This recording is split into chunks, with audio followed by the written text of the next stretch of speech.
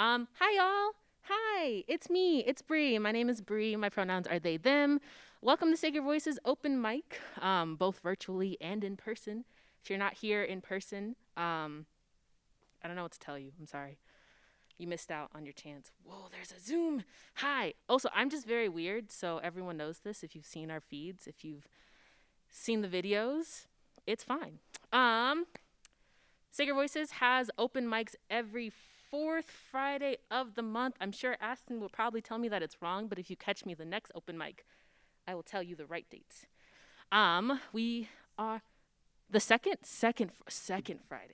Friday of the month. We've changed out. We're changing. We're moving. Some things are whatever. I don't know. Um But it has been a very long panorama, Panda Express, Panty Liner, and apparently COVID's gonna rush Delta. Apparently, we're about to have a step show, in a couple days. Please wear your mask, y'all. Take care of yourselves, take care of your peoples. And yeah, I have information to tell you all, and then I lost it. What was I supposed to tell them, audience? Venmo. Thank you. See, you're about to see. Yep, it's fine.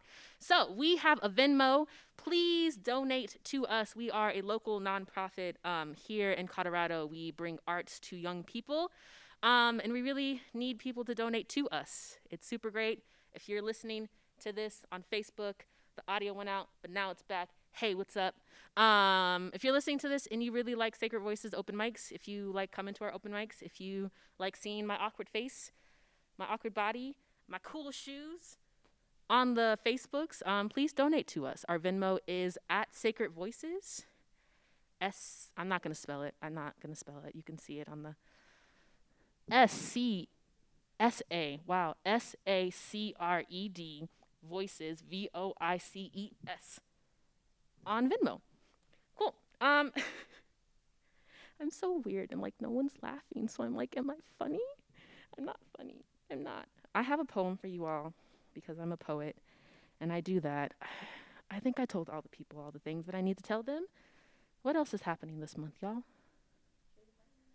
Ooh, yeah, community events that are coming up. Shades of Honey. If you did not get your ticket, sucks to suck. Shades of Honey is a super dope event, organization, community resource that was founded by my amazing sibling, Korea and Donovan. And if you want to come through, maybe ask Korea nicely for the link. She might give it to you. She might not. It's August 27th at 6 p.m. at Union Station Hall. I've never been there, so I can't tell you where to go. But yeah, it's super dope. There's the topic of rage and anger. It's in collaboration with a photo shoot, a gallery, exhibition, exhibit. Okay, I like this body roll that I'm doing. Cool. So that's happening. What else is happening in the world, y'all? Y'all got any more events that are happening?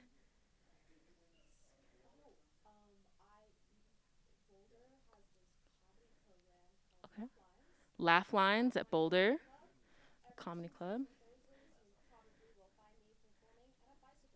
Every Tuesdays and Thursdays, Laugh Line in Boulder. It's a comedy show. You'll probably see Deb, who will be performing here in a couple minutes, and it's going to be great. For the sake of time, I'm going to read a poem, and then our first performer, Ford, is going to come up and bless the mic. Oh, hey, wow, my notes section is so lovely. It just gave me a poem. Wow, sometimes I have to search for that. Snaps to that. Hey, Mateo, I love you. My love just came here. Anyway, okay, cool. I've always wondered how it's been possible that peoples who skin the color of soil have always been able to go through the most shit. The empty promises, the later I promise, the mini glass ceiling still intact. Is it because of our blood?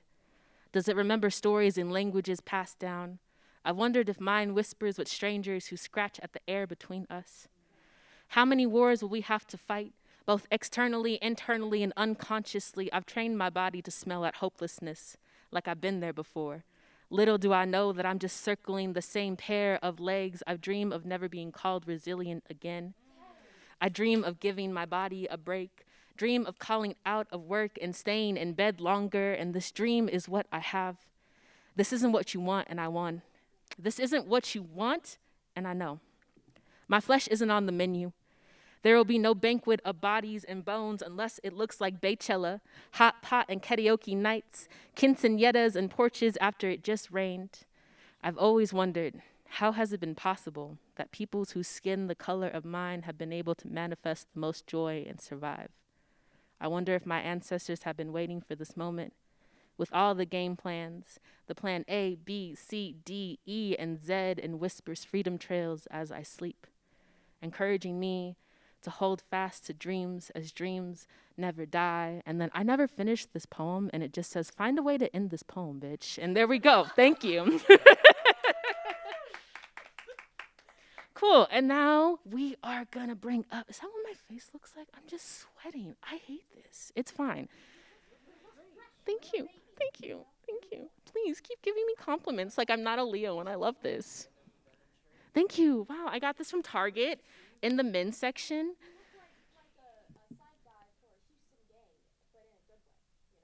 Okay, Ford, are you ready to come perform? Please, welcome Ford.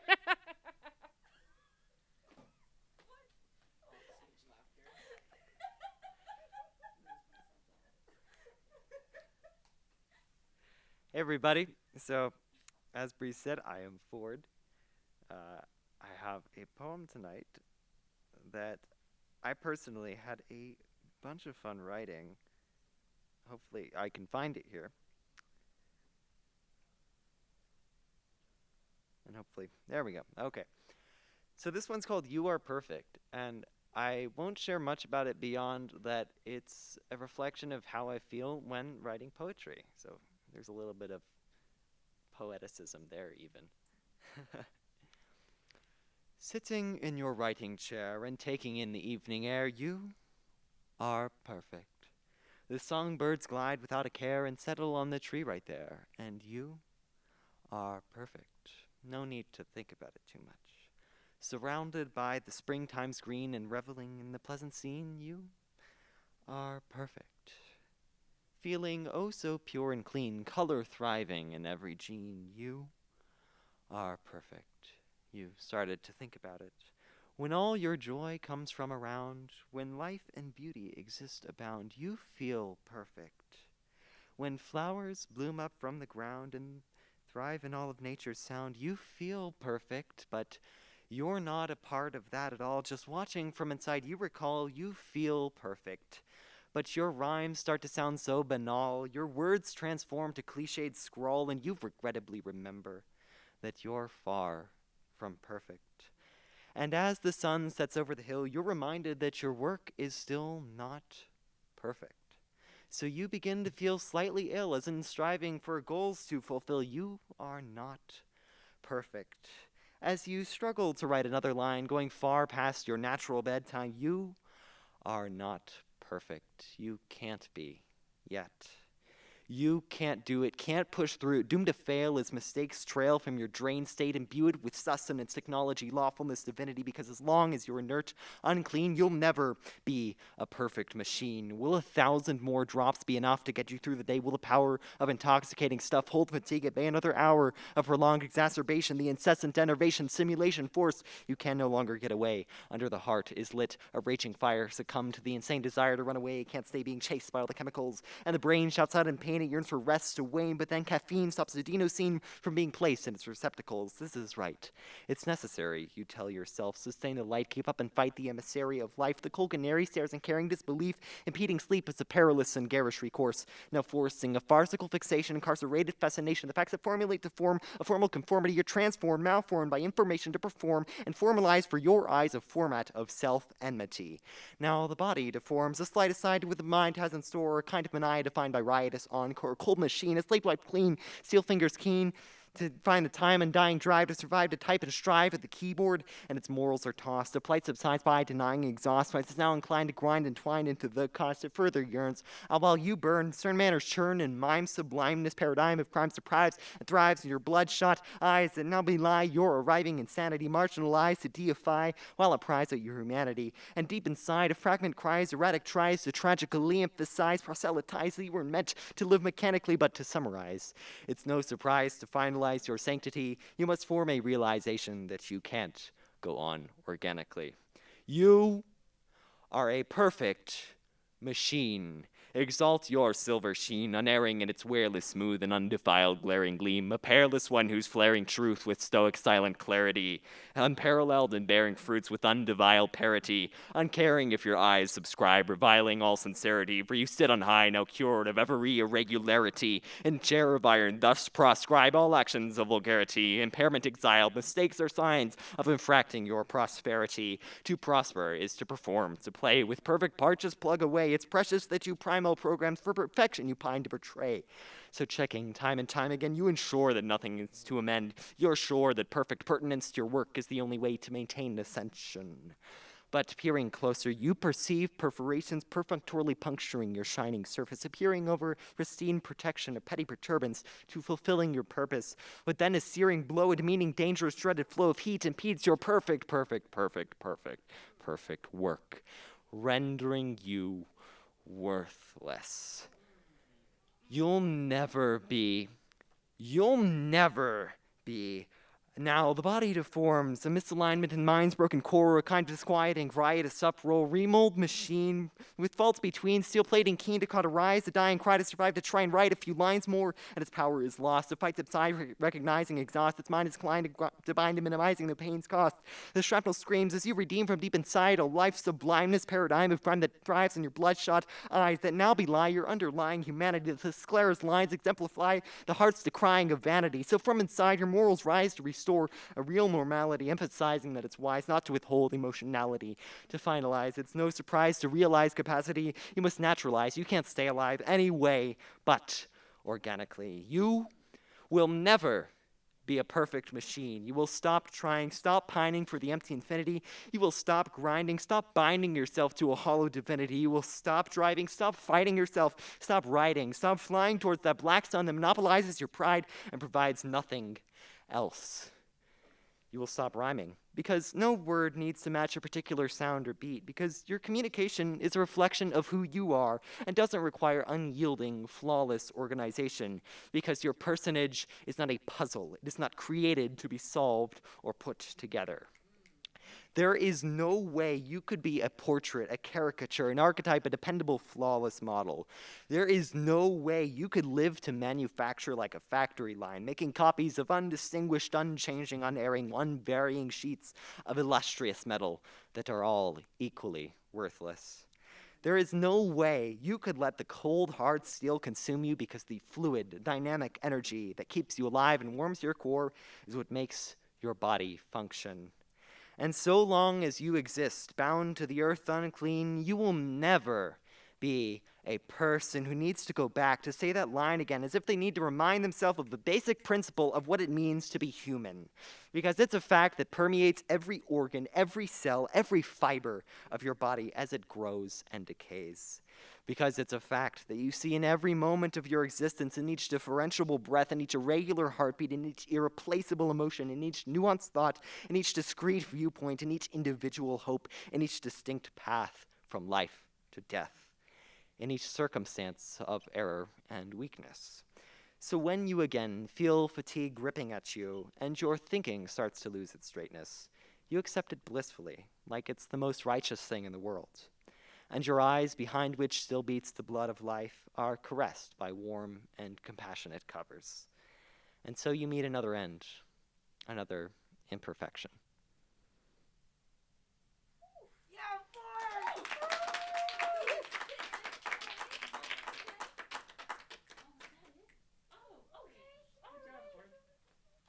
Sorry.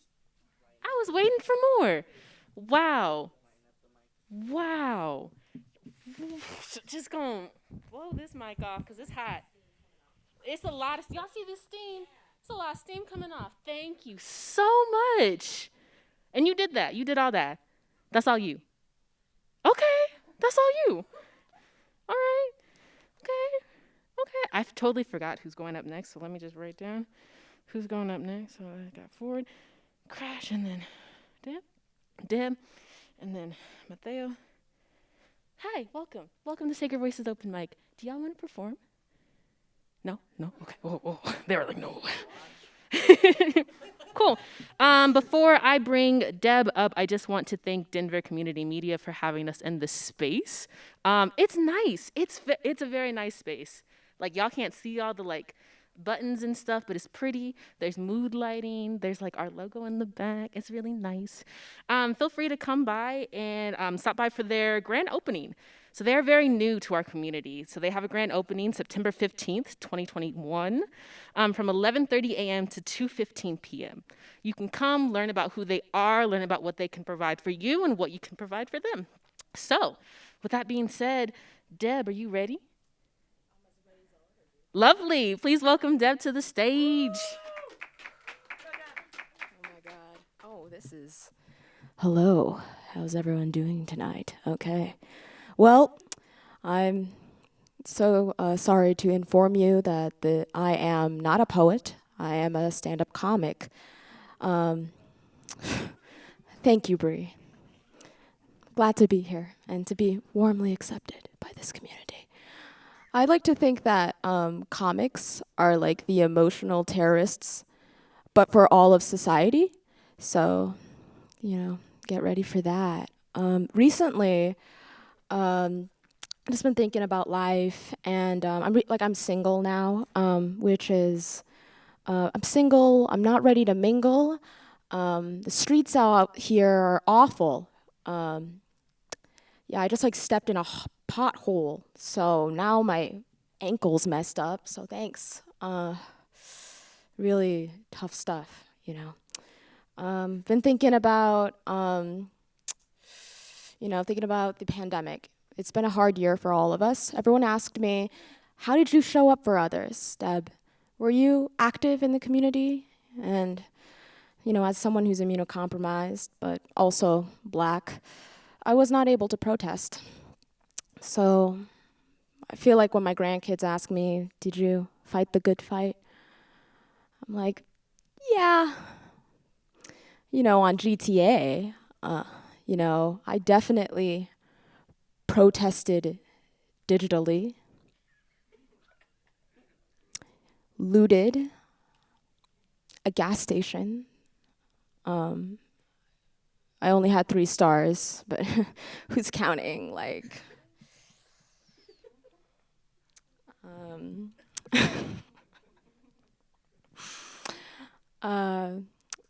So I don't even know how y'all are supposed to receive that. There's a lot mired up in that. It's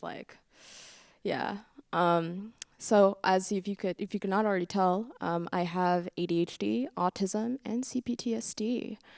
Very fun combo to have. I would say it's like the Hannah Montana of dysregulation.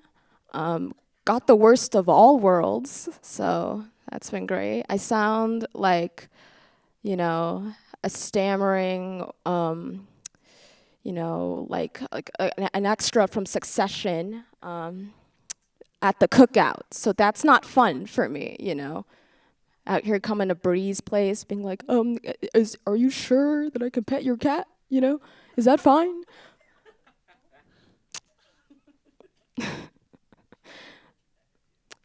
That's good. We all love consent here, so yeah. Oh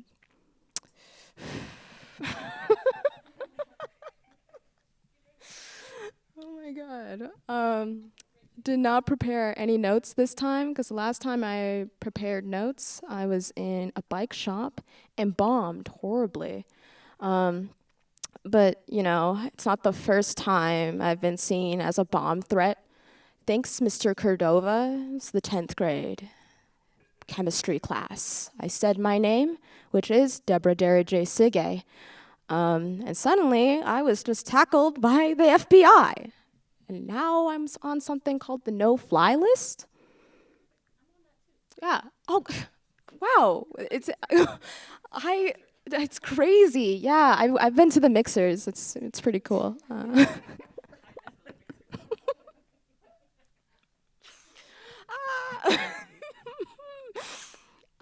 Okay.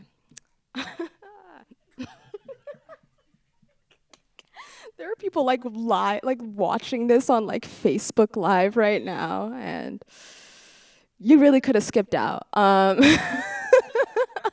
This is not the set to hop in on. It's poet's fault. I think I think I am.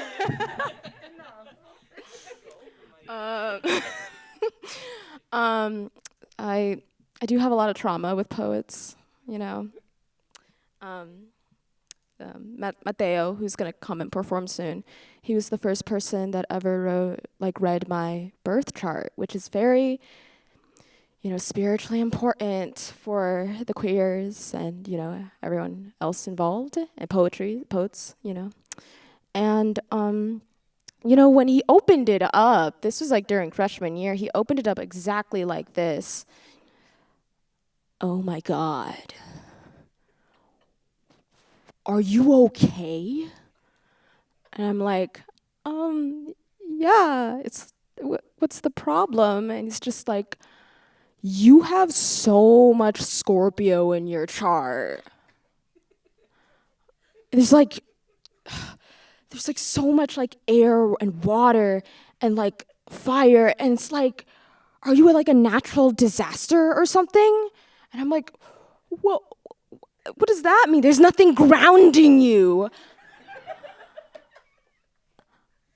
And that was actually when the floodwaters started rising, and that was when the Great Flood of Hallett Hall happened. It was pretty inconvenient for everyone. Yeah,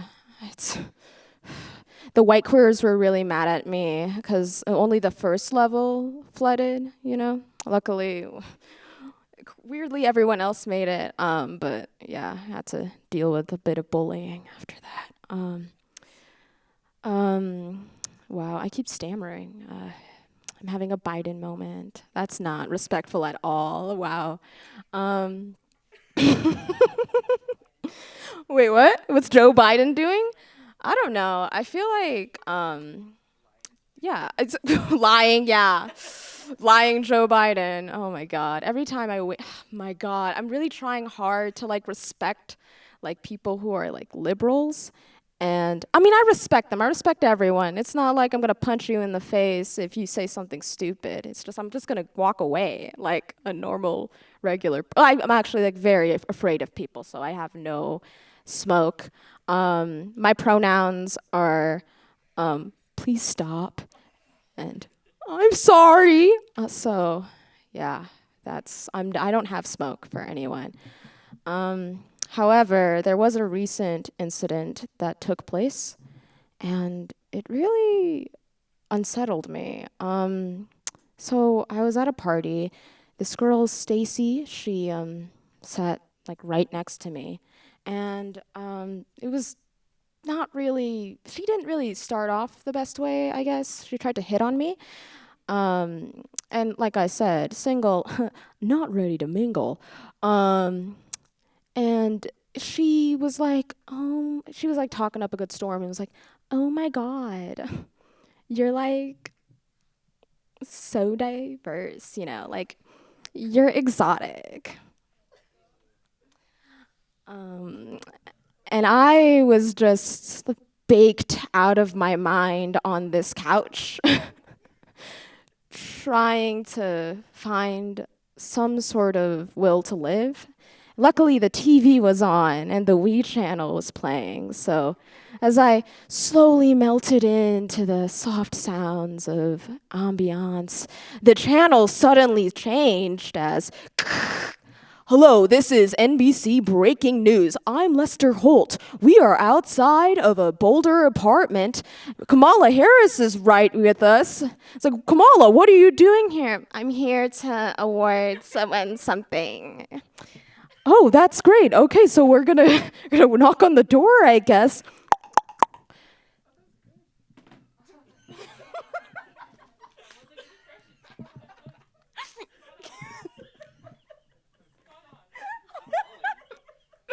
Oh my god, that's so precious. That's what every comic wants to hear. Oh my god, this feels better than when I graduated high school. Oh my god. Jesus Christ. Wow, thank you for that. Really. Okay. And I'm like, oh crap, I think the door is, something's happening. I should go. Kamala Harris, whoa, hi. I did call you Kamala during the primaries, but, it doesn't matter. Nigga, move out of the fucking way. I'm not here for you. Stacy, you did it. You fetishized someone.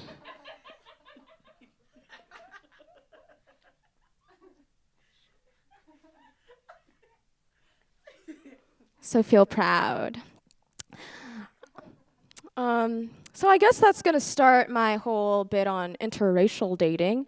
Unfortunately, it's like, oh my god, oh my gosh. Yeah, I guess interracial dating. I don't really think anything of it. It's as regular, as the air. I don't know. However, I do think that you're not getting an award if you date someone different from your race, I like to think. You're not, for example, I had an ex who was Cambodian. Does that make me a war veteran? No. That was a bad take, apparently. That was a take that no one agreed with. And now I know how it feels to be the offensive person. So learning and growing. We're gonna try more. Literally, comedians are the gaslighters of the arts. We really are, huh? Yeah, I do come in and attack. Poets are just more flowery with it, okay? You guys are know how to be more soft and be honeysuckle and jasmine, and you're lying about that text you sent last night. I don't. It's true. It's true. It's true.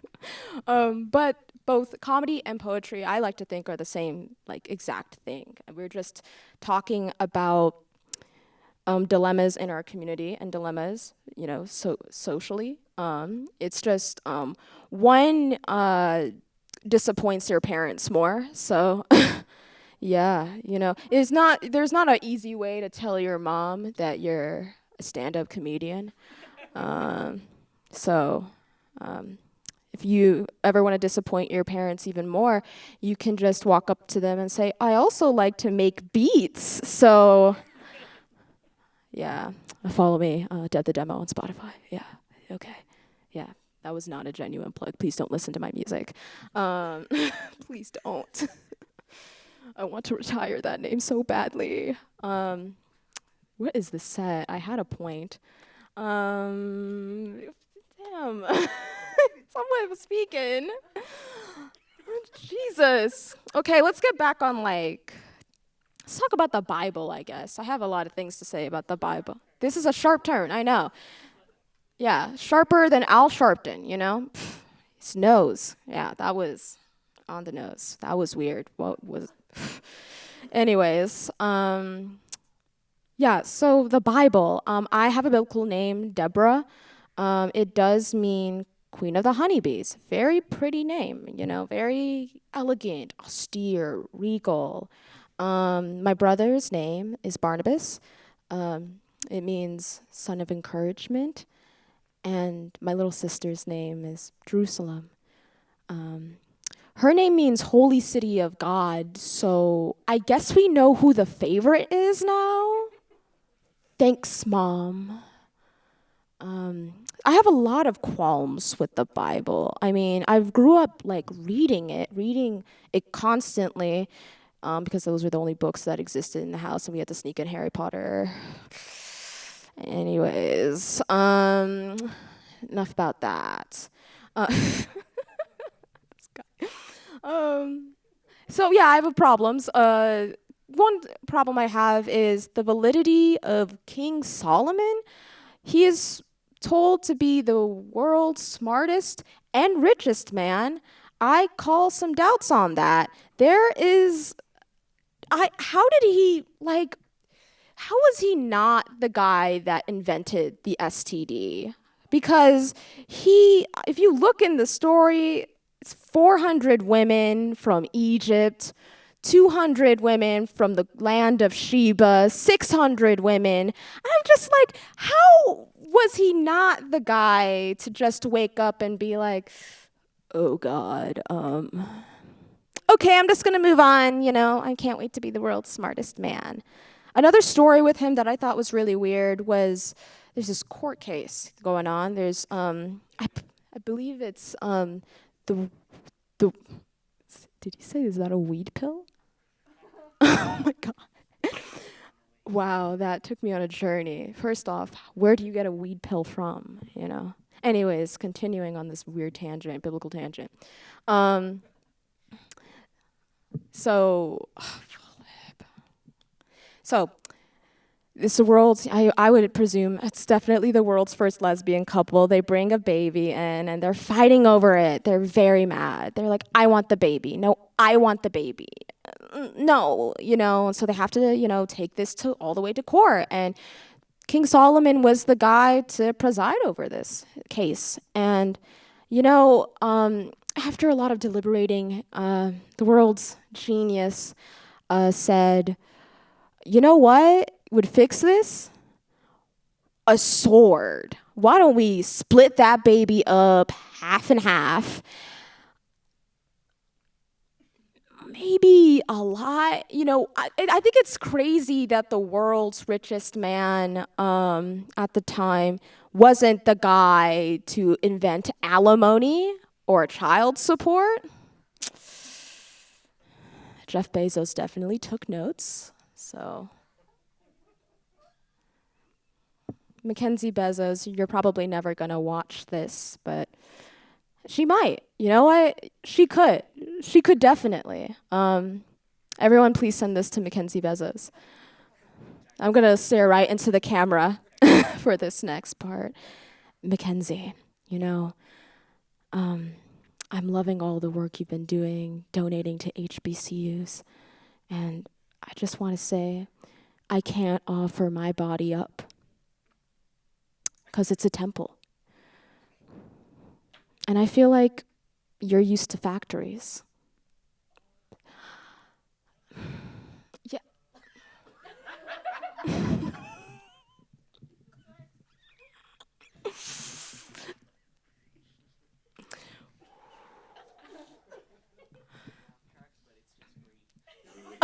Oh, ooh, damn, I know. Huh? Double. I want to explain the double homicide. Does anybody know about the double homicide clip? I do wanna unpack that. That was one of the greatest clips I've ever seen in my life. I believe that clip deserves an Oscar award for editing, for cinematography. Martin Scorsese has never done anything as good as the double homicide clip. Here's what happens. A group of strippers are competing in this show to be the baddest bitch alive. I have no idea. It's called Joseline's Cabaret. You should watch it. This woman who's clearly dealing with a lot in her life is talking to Jocelyn. She's like, yeah, I was in the cut. I had to abort my 2 babies. And unfortunately, either ADHD won in this round because this other girl was like, damn, you aborted 2 twins? Double homicide.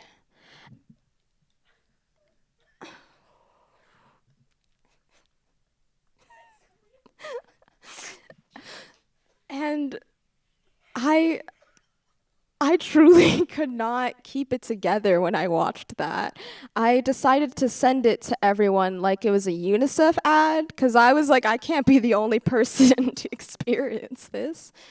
Yeah, it was crazy because there's like a crazy angle where it's just like shaky, and I was just like, oh, this is like cinema verite. Like, the Germans could never do this. And it's crazy because like 2 episodes later, that girl left. Like, they really bullied her, poor thing. Yeah, and unfortunately, everyone decided to make a joke out of it because that's what Black Twitter does. We make, jokes out of our trauma. And you know what? On that note, I will bid you guys adieu. Thank you for taking my verbal abuse. Matteo. You get that angle on him? Yeah. Is he? Yeah, there's like a Sunny A6. Yeah. Wow. That is a crazy, this guy is gimbaling his life. Respect, I really do, the one production class I took and didn't even pass. Okay, peace out, guys. Bye. This is Deb. Bye.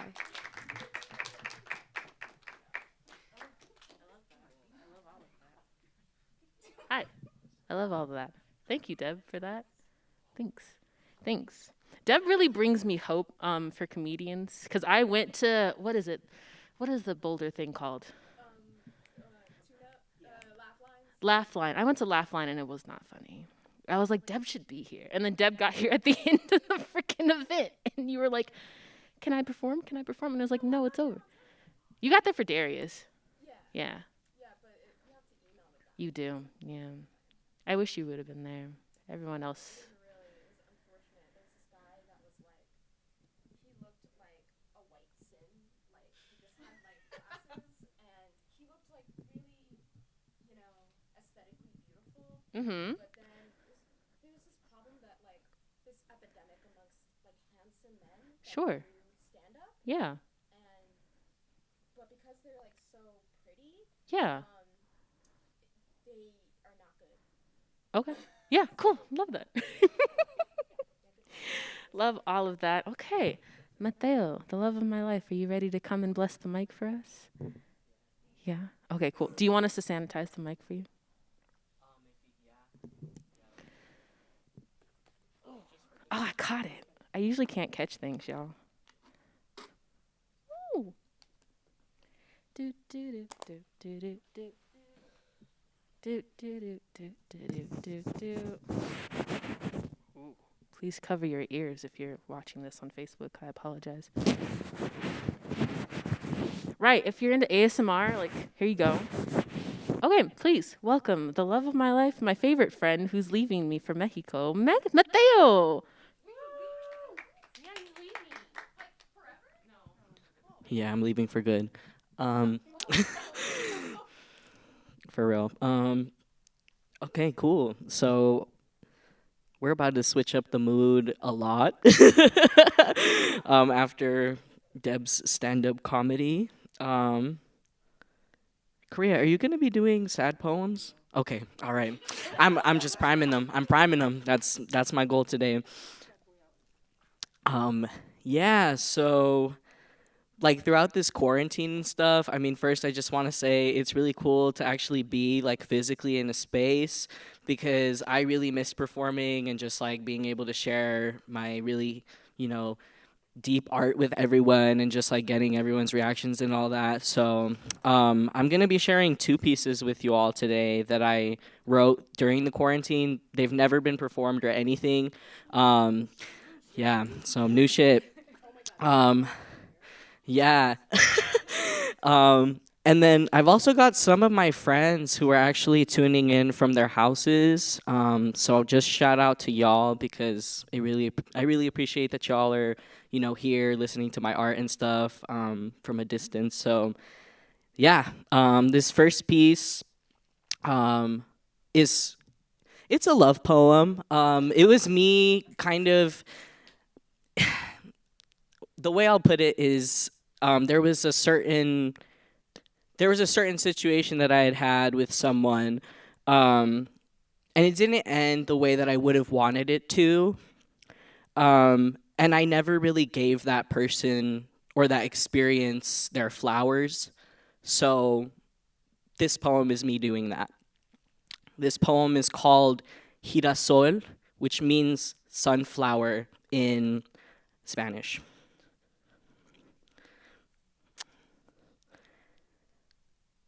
I have a tendency to remember softness only after I have lost it. After the music has gone quiet and the night swallows my silhouette, I sit back and reflect on our time together. Your room was a place of worship I dwelled in for days. An altar of elaborate tapestries, Polaroids from past lives, and reverential veladoras. I miss the shapes we'd make as our shadows played together in candlelight. The conversations and laughs we shared, the sleepy mornings after when I'd wake beside you. My hands traced the tattoos on your body as I learned everywhere your soul had been. I bit the unmarked flesh and you told me who you were becoming. From your bed, I watched you get ready before your long shift at the cafe, adoring your grind and confidence. You sifted through the labyrinth of your closet as I admired the handiwork of your tasteful eye, which always chose the perfect adornment.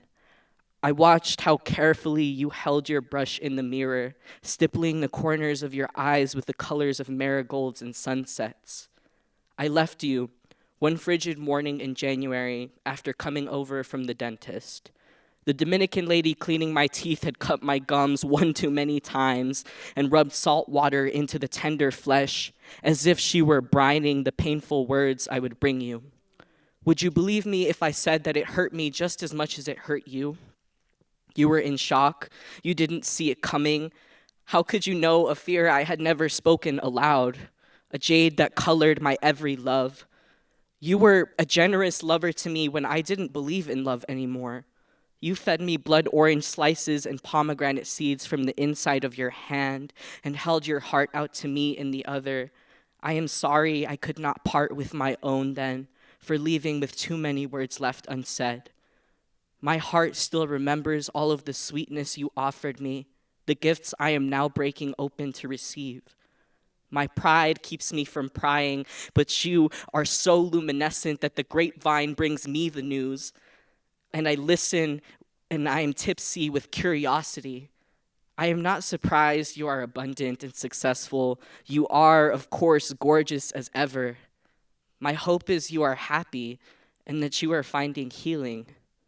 I've heard that my name still finds its way to your lips. When it meets your tongue, does it taste bitter or sweet? Maybe both, like an overripe love. You still wear the earrings I sent to make for you, but you still can't speak to me. Words are funny and fickle that way, but poetry and prayer are my only means to transcend the distance, the only languages spoken between ex-lovers. For whatever it's worth, I am proud of the life that you have made for yourself. I am not angry at you for protecting your heart, though I hope one day you may come around to hearing mine again. Part of me wishes I could have been there for your becoming, but I know I had to become myself too before I could be open to loving someone again. So I hold no regrets, though our young love didn't last the winter. What a life we shared in a single season. You were a fireplace in a frostbitten autumn, the sweet oat milk in my coffee. You kept me safe and warm through snowfall, and for your sincere love, I'll forever be grateful. Our love was a light tower pointing me towards what I desired most within me, and I am closer to myself for having known you, Girasol Preciosa. Thank you.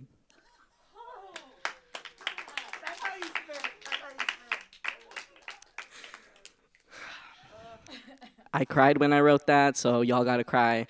I'm like, y'all gotta experience that too. Yeah, so that was my first piece.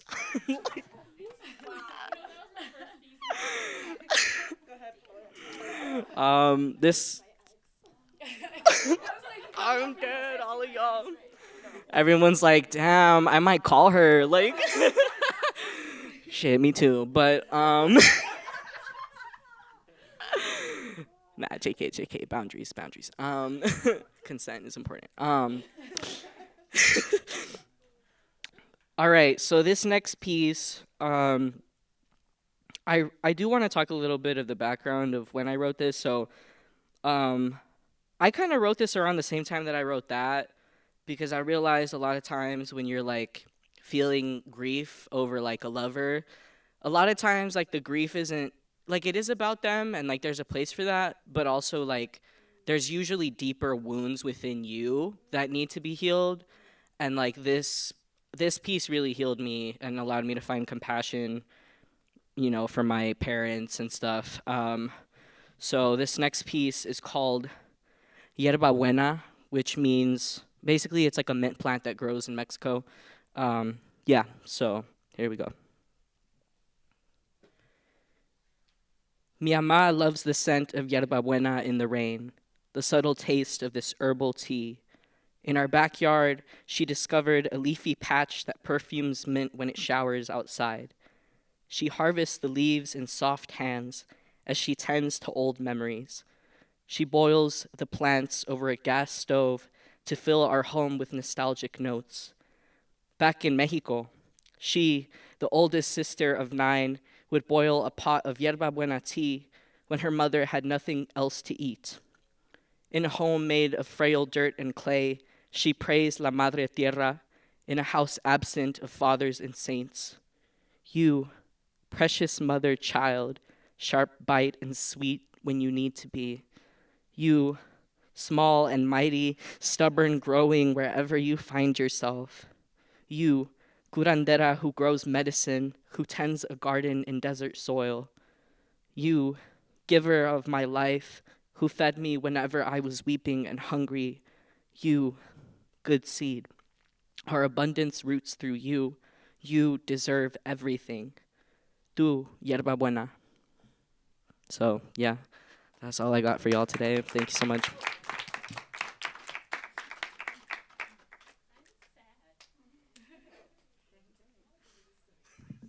I'm sad. Honestly, every time Mateo goes up to the mic, I consider like getting in a relationship with him and then breaking up and just seeing what poems. Oh, no. Because I'm like, oh, beautiful words, but I don't want to go through that pain. Like, I don't. But it does cross my mind multiple times. And I'm like, what poem would Mateo write for me if we were in a relationship? And then I say this, and I know that my scary girlfriend is watching this on Facebook. Hey, I'm not, I promise. Sinead would murder everyone. Just putting it out there. Anyway, as I clean this mic.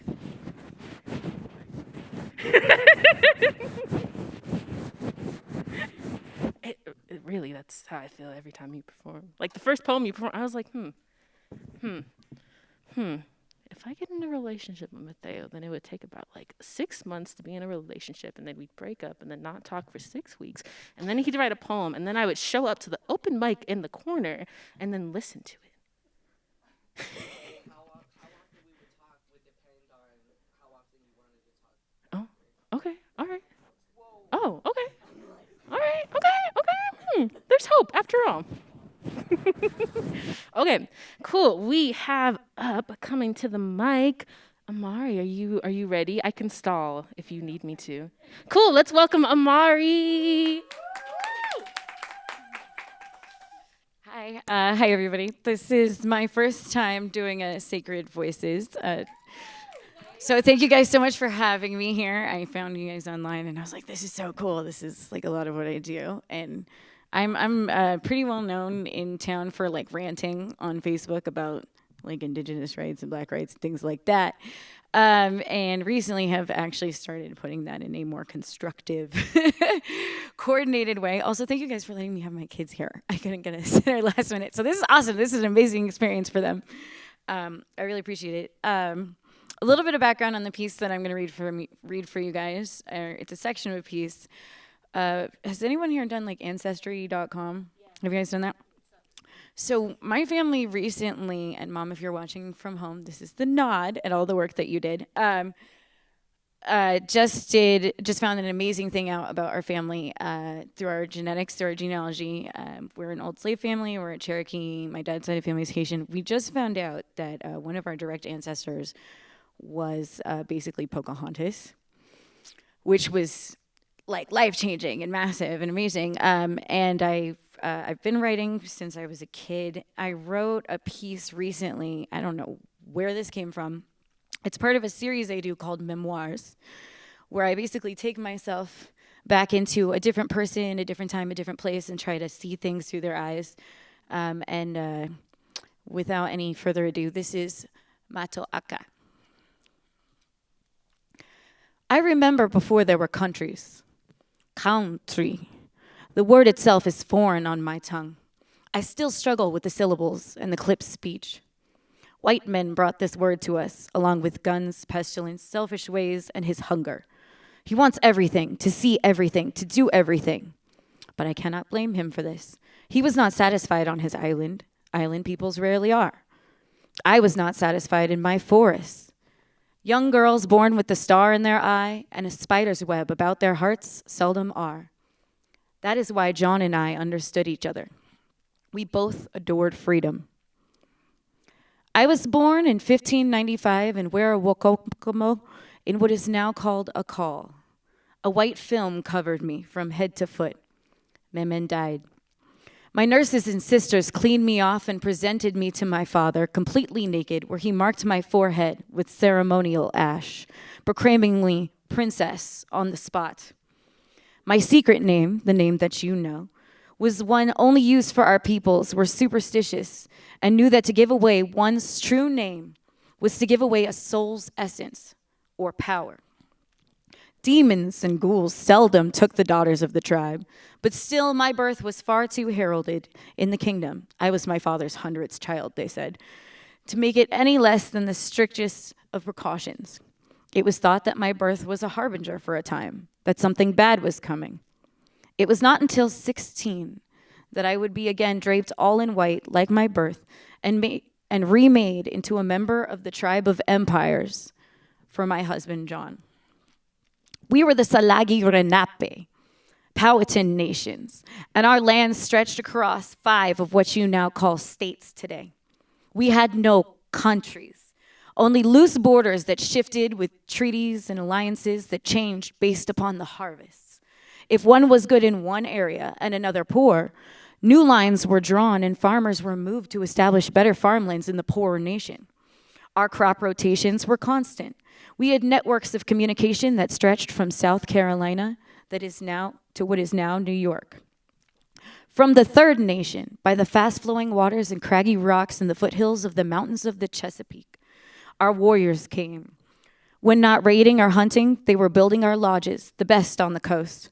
Some of them even had lofts, and it was in one of these, ignoring my sewing and other duties and just daydreaming aimlessly, as I often did, I peeked through the triangular wooden opening at the top of the thatched roof, and I saw strange clouds.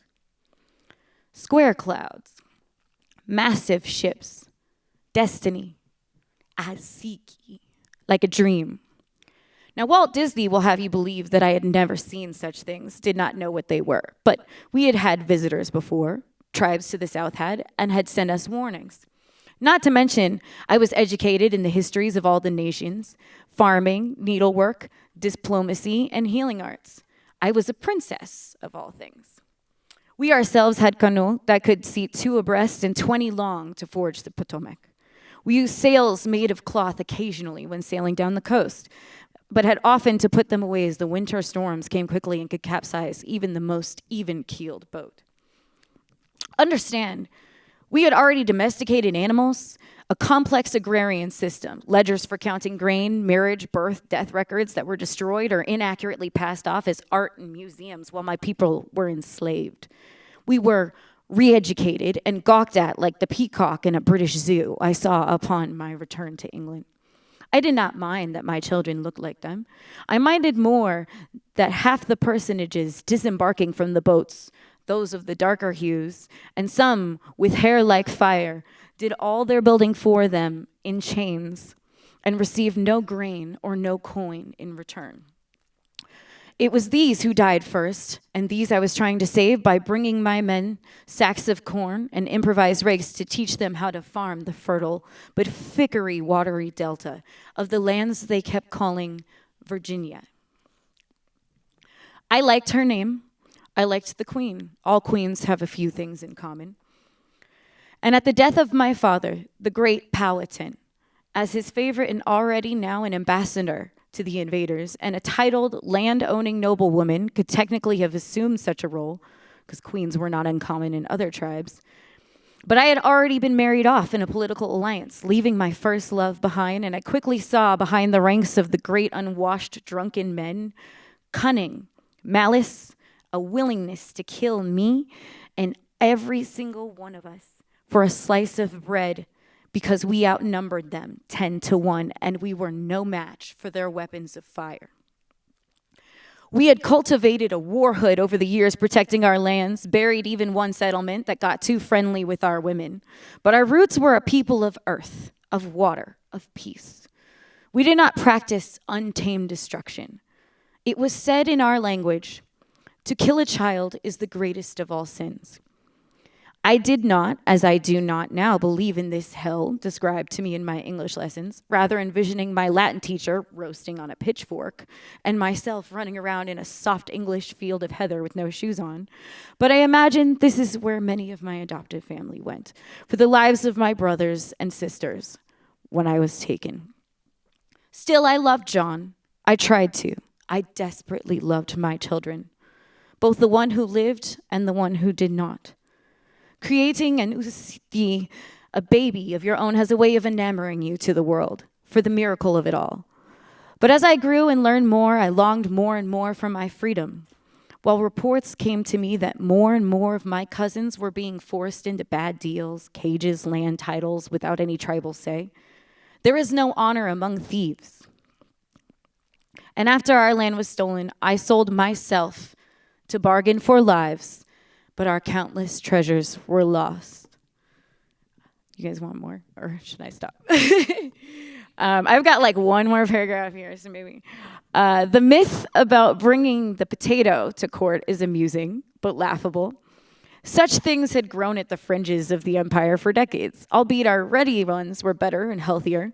Still, the English have a taste for salt and would tame the sweet juices by pickling them or trying to fry them in an oil, a message I brought back with me when we returned to the homeland. We may have had a hand in modern salads, tomatoes spread faster than any invasion I had ever seen, and of course our corn, now genetically modified and tasteless, is a staple of the world's stomachs. We left our mark on the world, and some of the old ways survive. We are not forgotten. And that is why I gave my life away. I attempted to have my first child away from the medicines and songs of my people, and I paid dearly for it. She is with me still, laughing in my ear, and the smell of lavender floats by when she sings. My son Thomas was sickly, a scholar, but carried with him a sense of fairness and justice from being born of two such different peoples. He was my hope for a reunion in the new world. He has his father's pensive stare. Sometimes I see him looking out on our fields, our cattle, and his fingers tapping at his drawing board, and I can feel the blood rush in him, the itch, the want to take the back of a horse and ride across the lands. It is in his blood. He surveys and hunts the hares that roam everywhere here, and then diligently returns to his lessons and offers me a cheeky smile.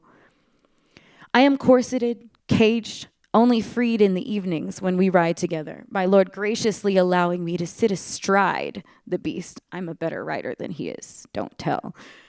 As he details his days in court, and I feign too sickly to attend at times, and offers me useless but pretty pieces of glass. And if you guys want to finish the rest of this, it's available on my LiveJournal. It's livejournal.com/Amari Writes. That's AMARWRITES. But there's like a whole other chapter beyond this. But thank you. That was Matoaka.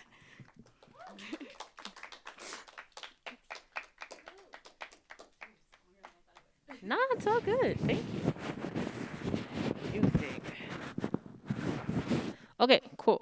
I have one poem for y'all, and then we are gonna hop into Imogen, who is gonna be joining us virtually. Woo! Everyone turned around. I don't know where it's going to be played. But I have one poem for y'all, and then we're gonna get into our next poet, because you're the feature. Yeah. Anyway, once again, thank you to Denver Community Media for hosting us in this space. Let's see. A little bit less echoey. Just a tiny bit less echoey. Just a tiny bit. Is it good? Maybe. Okay, they're working on making it less echoey. And they're working on making it less echoey. Hey, working on making it less echoey. Hey. Cool. This is perfect. Okay, so y'all can hear just my acapella voice now. Cool, lovely. I realized when I did the studio feed that I was like, ooh, this is a bad idea. Okay, cool. I have this one poem, and then we're gonna get into our next poet, and then our next poet, and then whatever. Yeah, cool. I wrote this in June, July. When is Pride Month? June? I wrote this in June. So it's Pride Month, right? And Juneteenth and Black Lives Matter. Or can you sit on my panel? Tokenism, exhaustion, fetishization. Did you see this video of insert Black Death? Check-ins, not from Black friends. Check-ins, not from Black friends. Check-ins, still not from Black friends, not from anyone. You wonder if God is real or just the Venmo notification sound. Ka-ching, tithing, ka-ching, thinking of you, ka-ching. God currently is not available at this time. Here's $5. Ka-ching, I'm sorry that you're going through this. Let me know if you need anything. XOXO. You know these Black bodies had Venmos too. You know these Black bodies needed financial assistance too. You know these Black bodies needed resources you've been hiding under your throat too. I swear we love the dead more than we love the living. I pluck white teeth and white masks from out of my mouth, floss the white tears out of my eyelashes, and I pray for my family members who remain unnoticed. Hashtags you pray for a quicker quarantine. I pray for my family members still living without resources, still dealing with mental health struggles, still trying to make a living off of what is left of royalty. You pray for the bars to open soon. I pray for my family members found in suitcases at the bottoms of rivers. Yeah, Black trans women matter too. I wonder how long it would take my body to sink back into the ocean. If I dip my toe in it, will my ancestors try and save me? Watch Ocean Child try to drown themselves without an invitation back home. I just want to know where I come from. I'm tired of pulling people into my shores of caring, trying to make my body heavy for others to understand. But, it's Pride Month, right? And Juneteenth is right around the corner, and Black Lives Matter, right? And Facebook comments, can you explain intersectionality to me like Kimberly Crenshaw doesn't exist? Can I pick your brain for a second? Tokenism, exhaustion, no rest for the darker ones. Did you see this video of insert Black Death? Another Black trans woman has been, another Black trans man has been. Nobody is listening to what I am saying. Check-ins. Ka-ching. Thank you. Thank you. Thank you. Thank you. If you want to read more of that poem, it is featured in the Denver Underground Black Artists Matter magazine in collaboration with Youth on Record. Mona, if you're watching this, please don't kill me if I did this wrong. I love you, Mona. Okay, cool. We have a virtual performer coming to the stage. Imogen, if you are hearing me, are you ready to go? 15, I don't entirely know how you're going to tell 14, me yes. 15. Hey, I think you Right, can like hear all me the now. screens. I Can you hear don't me? know what's happening. I don't know what's happening. Don't know what's happening. Anyway, well, this is happening. I'm Denver talking. Community Media is having an open house, open release. They're new to our community, so you can come and learn more about them. September 15th from 11:30 a.m. to 2:15 p.m. It's here in this space. If you want to know more about it, don't have my glasses on. 2101 Arapahoe Street, Unit 1, Denver, Colorado. September 15th, 11:30 a.m. to 2:15. I'll be there because I want to know more about what this space has to offer for us. How do I know if our virtual performer is ready? Can you hear me? be suspicious. Don't be suspicious. Don't be suspicious. Don't be Good? Okay, are we going to see? Oh. Oh.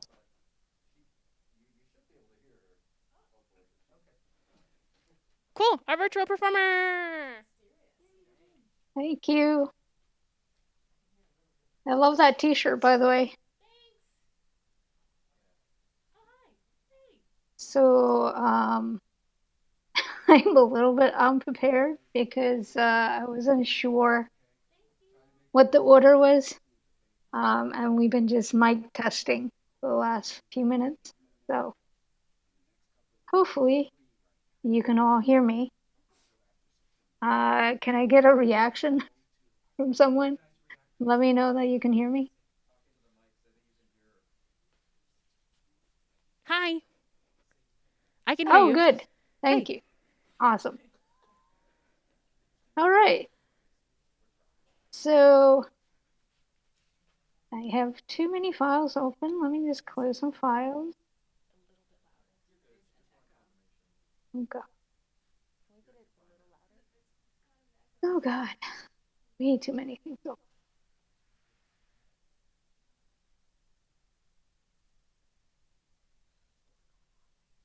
Okay. I'm going to read this poem called What If We Had? If I can find it.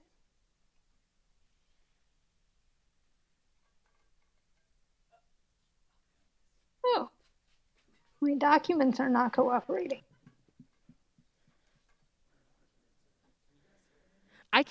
We're trying to figure out sound and stuff. Your documents aren't loading? Okay. I got it, but is everything okay on your end? Yes, I'm just going to be here on the mic. I keep walking away from the mic and you keep asking questions. I'm sorry. Don't walk away. I'll be right here. I need to hear your breathing. Love your Venom t-shirt, by the way. Thank you. Okay, so I'm going to read this. It's called What If We Had? A limitless treasure trove of resources. A fantastical trunk full of practical tools to cultivate an architecture for sprouting, appreciation beyond the mind's trimmed hedges. What if the experience of cruelty didn't push nature to decimate for want of self-preservation? What if we borrow kinship's sapling to bud a flourishing ecology with the rest of the world? Can we then nourish the comfort of our safe space to branch out toward the far end of the universe? Would our fears give way to the seedling burgeoning from endearment's velvet moss? Would its ivy vines wind around those old frames to thrive in a new landscape?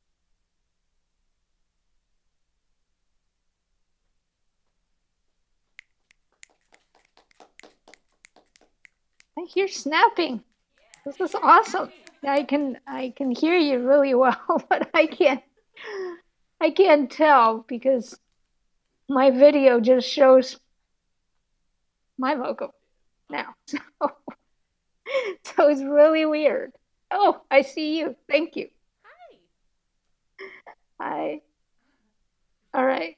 The next poem is called Frenzy. If I can find it. My computer is heating up a little bit. I don't know if you hear me well and you hear the background noise. Hopefully you don't. I only hear you. Okay, awesome. Frenzy. My favor, I think, stranger, reached the widest publications, so I'm submitting to them in an effort to convince him we're compatible, though his adamantly declare his undying love for his wife and family, and I am no longer sure I would be able to live with his flaws. I believe in self-flagellation, though not physical punishment, the word salad that I have no energy to safeguard, the tumbling of electrons bombarding. I regret starting this poem. When I was a child, my family would chide me for not finishing what I started. At some point, I began staying too long in hopeless relationships. Something tells me I'm stuck in a rut. I must be gentle with myself in a COVID year, in a BLM's gaining perceptively more ground after the world was half entertained by snuff films year. In an I'm being reminded that I'm too white and not white enough and still not a man year.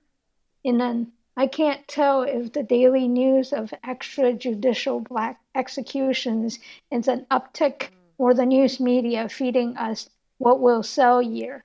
In an I'm afraid of how this will end but can't look away year. In an am I just abusing someone else's pain year? In an I want to cry until my tear ducts call it quits year. In a too many questions in a zooming by year. Woo! Ow, ow, ow! Thank you. Okay. The next poem is called Embers. Nice.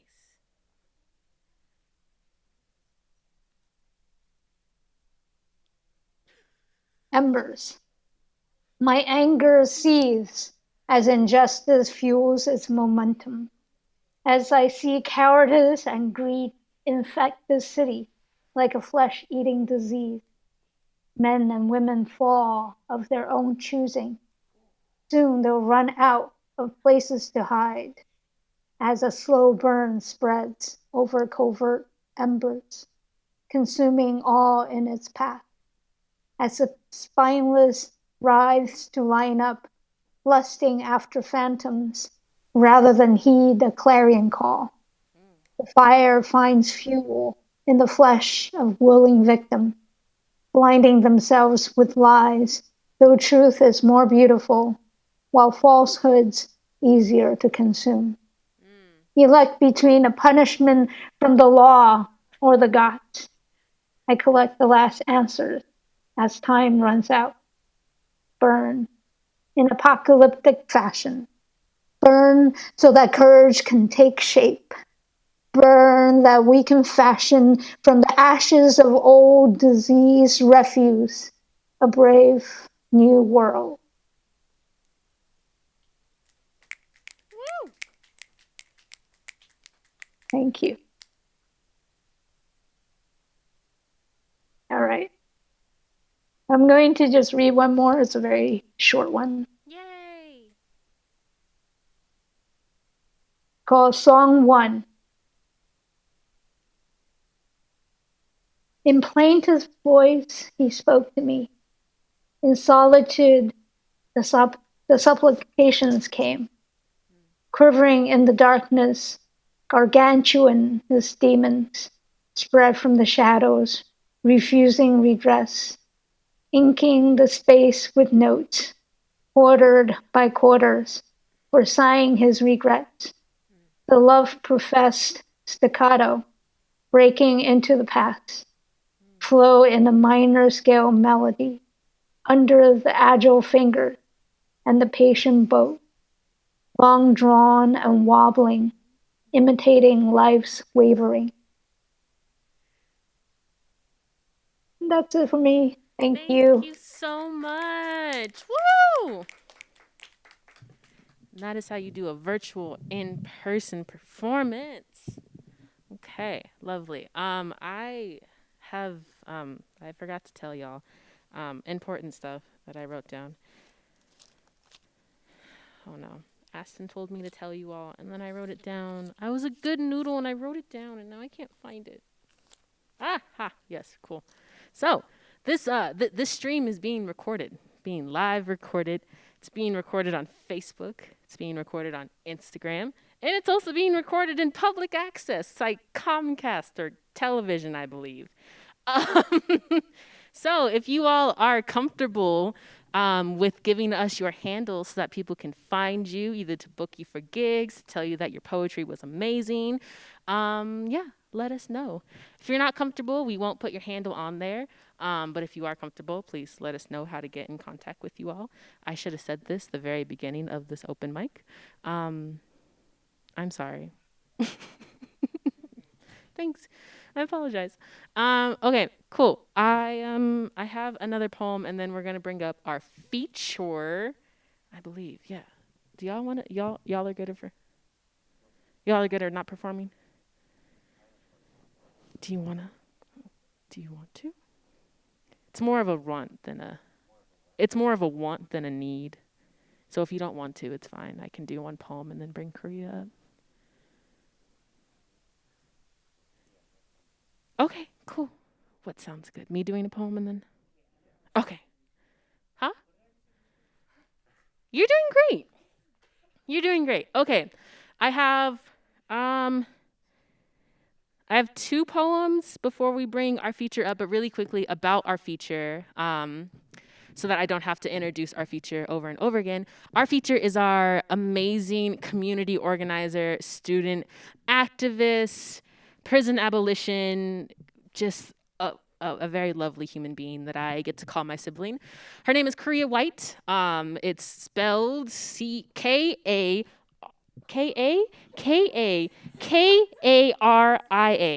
I think. K-A-R-I-A. K-A-R-I-A. Yeah. I need to spell it for myself because I wanted to start it off with a C. It's not a C. Her name is Korea. She's super dope. She is the co-founder of Shades of Honey. She does a lot of things here in the community. She has a Boulder Community Fridge project where they provide nourishment and produce to people through a fridge. So that's really cool. Korea's just super dope.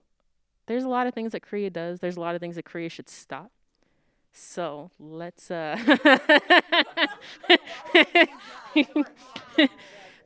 wow, and the camera's right on Korea's face. Love that. Hey.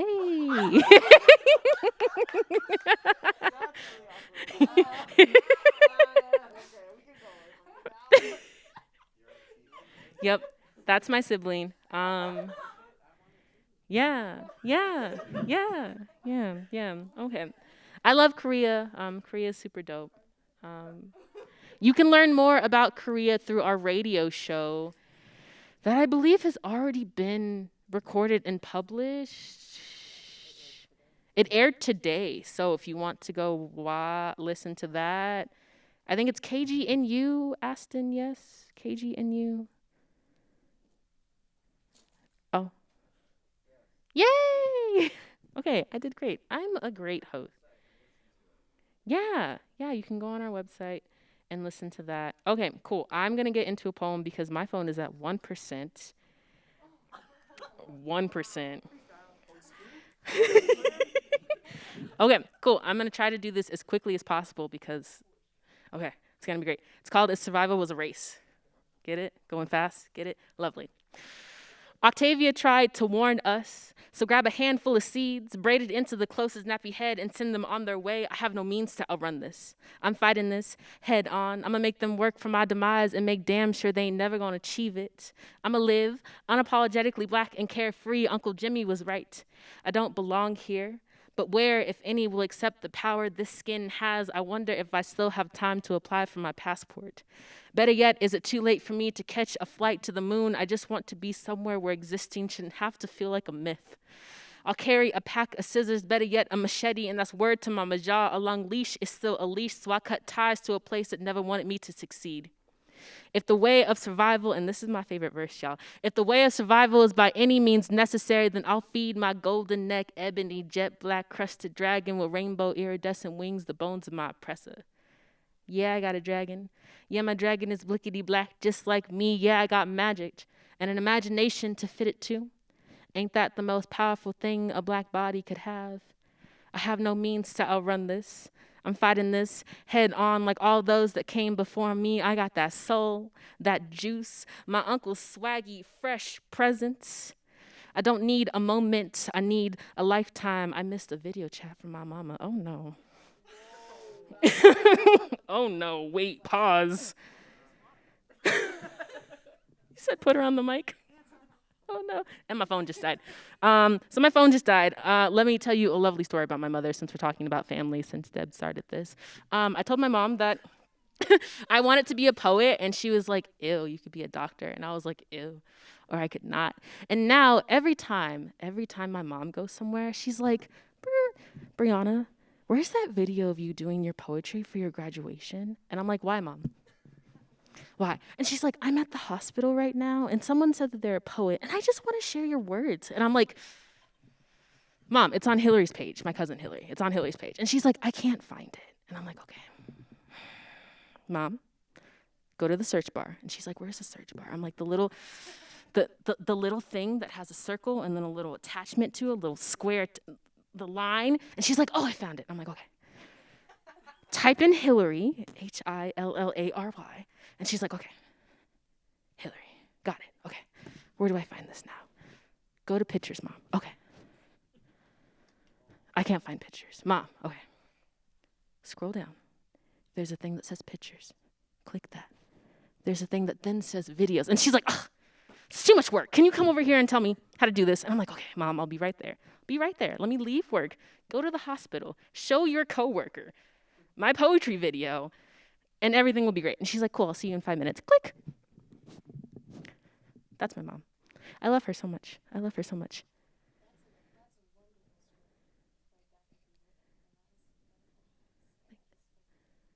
Thanks. Yeah, it's my mom. It's my mom. She's great. You should see when she gets confused with the TV remote.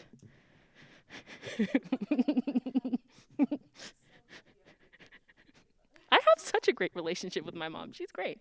She's great. She's not very touchy-feely, and I'm touchy-feely, and I'm like, Mom, and she's like, child, I pushed out of, no. And I'm like, but I love you. Oh, thanks. Is it love? Thanks. Even though my mom's not touchy-feely, I be trying to hug her, and she'd be like, stop it. Like, every time I'm like, Mom, stop it. She's real smooth with it. She's real quick with it. I'm like, sometimes I'm like, Mom, and she's like, ooh. And then she's like, you okay? You good? Okay, don't touch me. Anyway, Korea, you ready? Please welcome my amazing, lovely sibling, Korea White. Woo! I'm gonna do this real quick. Oh, do you wanna? Yeah, thanks. Yeah. I'm here for y'all. Okay, I'm taking my mask off because I can't spit. It's really hot. I like this ASMR. Okay. I kind of want to wait for Sky to get back, but that's fine. Sky, my friend Sky. I could wait for Sky. That would be cool. We should have set commercials With like elevator music. Okay.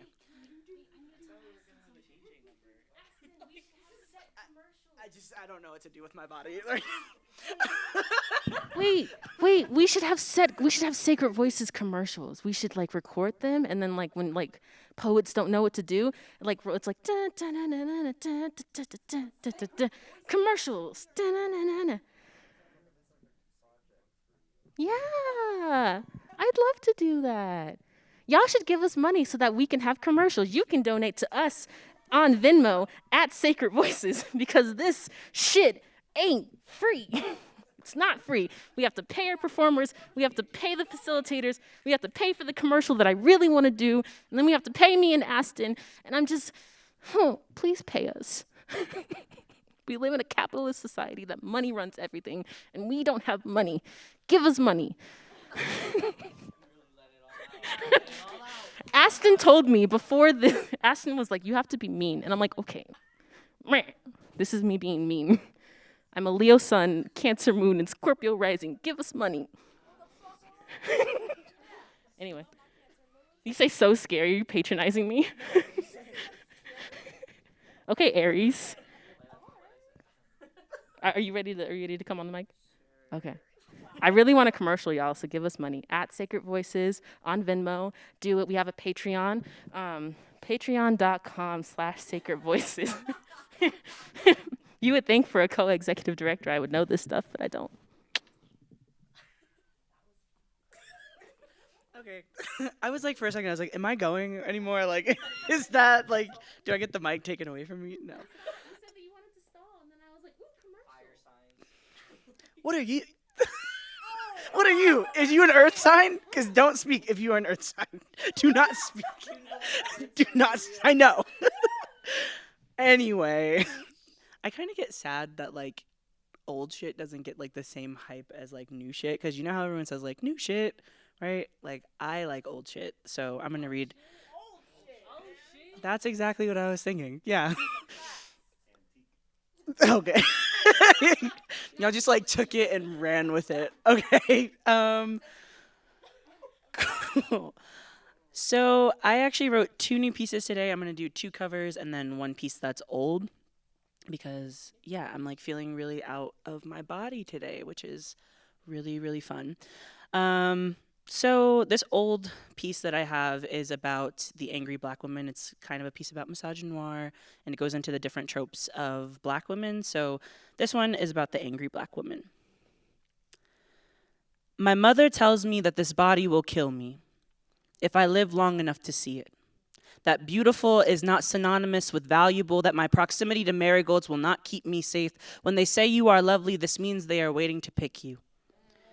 When they say you are beautiful, show them your teeth, litter your body with ugly things, and spit to safeguard your feet before they make your back mule to build Babylon. My mother sings that I may be only valuable to my sisters, so I become nasty, nasty black woman who rattles and swishes tin cans in the graveyard rib cage. Nasty black woman walks in a room and don't nobody greet her.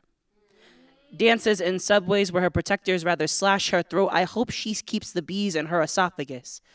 Torn paper. Angry black woman is on WIC. Angry black woman is abused. Angry black woman has a 4 to 12 job. Angry black woman is reduced to food or luxury items. You gotta test drive her. Chocolate, cocoa butter. You might as well call her red rubber. The way we make her limbs an example. Angry black woman is getting raped. Angry black woman is muzzled. Angry black woman is grimacing. Angry black woman is a village of kente cloth stolen.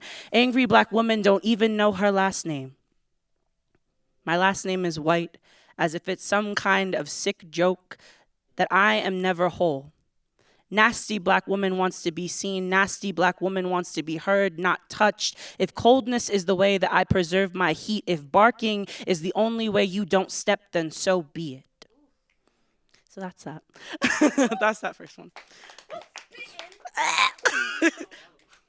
Yeah, that piece is like really near and dear to my heart. I'm working on this project about anger, and it's a project of They Rage. My friends Summer Taylor and Shemai Madding have really been like working their ass off to put on an exhibit that really highlights like the way that women, specifically like women of color, have this really complex relationship to anger, and I think it's just like the coolest thing ever. I think I'm gonna do a cover piece. Can I not have the studio feedback? Is that okay?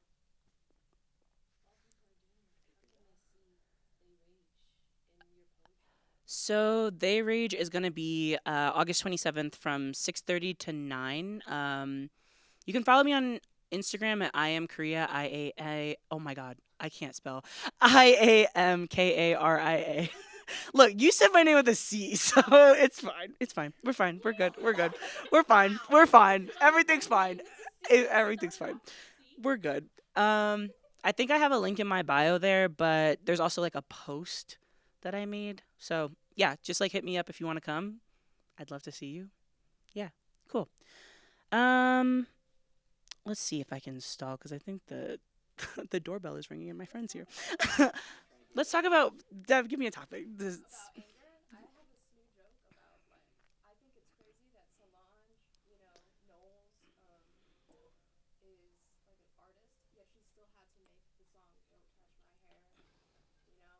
Yeah.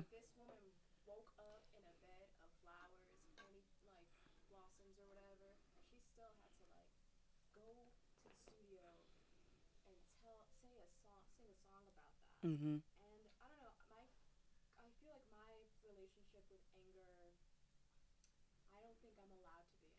Mm.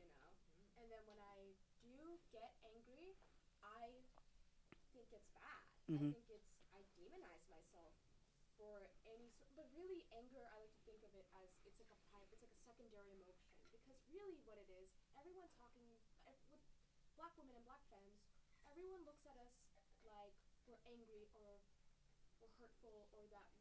so strong, or we're so regal, and we're so intimidating. And that's like, we're soft motherfuckers. I don't know if white people or POCs who, disrespect us understand that we still have tear ducts.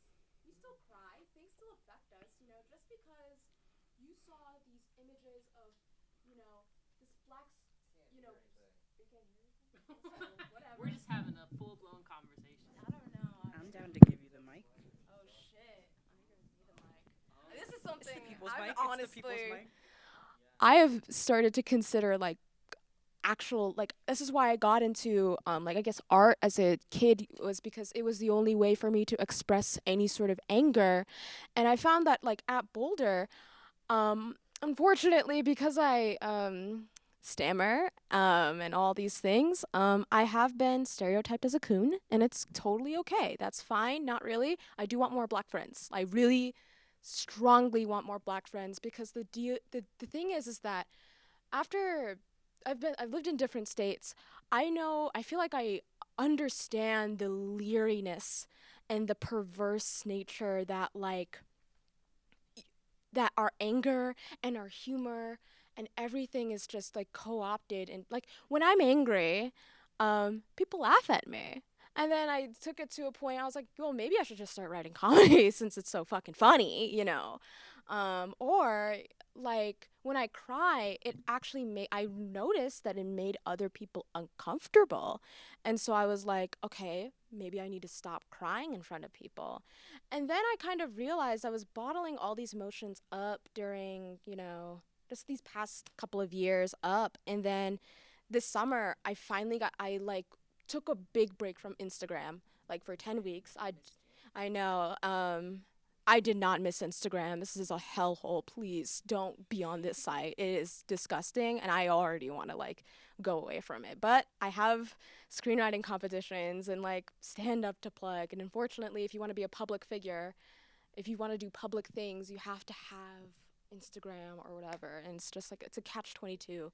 But anyways, I really love poets like Korea because they are able to capture this pain that we're all experiencing this, like we are not given the room to like fully cry, to fully, without it feeling like a threat to others. And it's like well, what are we supposed to do? Are we just supposed to be like fucking am I supposed to just tap dance to make you fucking happy? I'm not here to fucking, like, at a certain point, you have to wake up and just be like, nigga, I'm not here to tap dance. Like, I feel pain too, And us feeling pain doesn't necessarily negate against your own pain either. Like, that's what's the funny part about all of this is that, like, I don't know. I've had, like, just a crazy summer, and I've lost some really important friendships because of that I'm still grieving, and I can't believe I'm saying that, but I'm still grieving it. And it's like crazy because it made such a big impact on me, but also like I don't know, I feel like a lot of what I want to say to that person, and they're not going to be watching this, I don't think they give 5 fucks about me, like genuinely speaking, I want to say that, like, I guess, like, I experience pain too, and just because a black person I don't even know, I don't think they're fucking, like, wrong for whatever, but what I'm trying to say is, like, I'm not, I guess, like, black pain is valid when it's angry. We are not being violent when we're angry.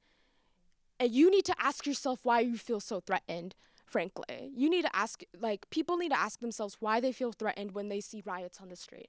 People need to ask themselves, today I, like, woke up I was on Twitter, when worst, the hell site of all hell sites. It's great. I get to say one of the worst things on record, and nobody stops me, and the NSA is gonna, find me one day, though, because I keep saying I want to start a coup. And I really do want to start a coup. I'm saying this on public access TV. Deborah, I don't care. I so deeply want. I I want to do it in a pink robe. I don't.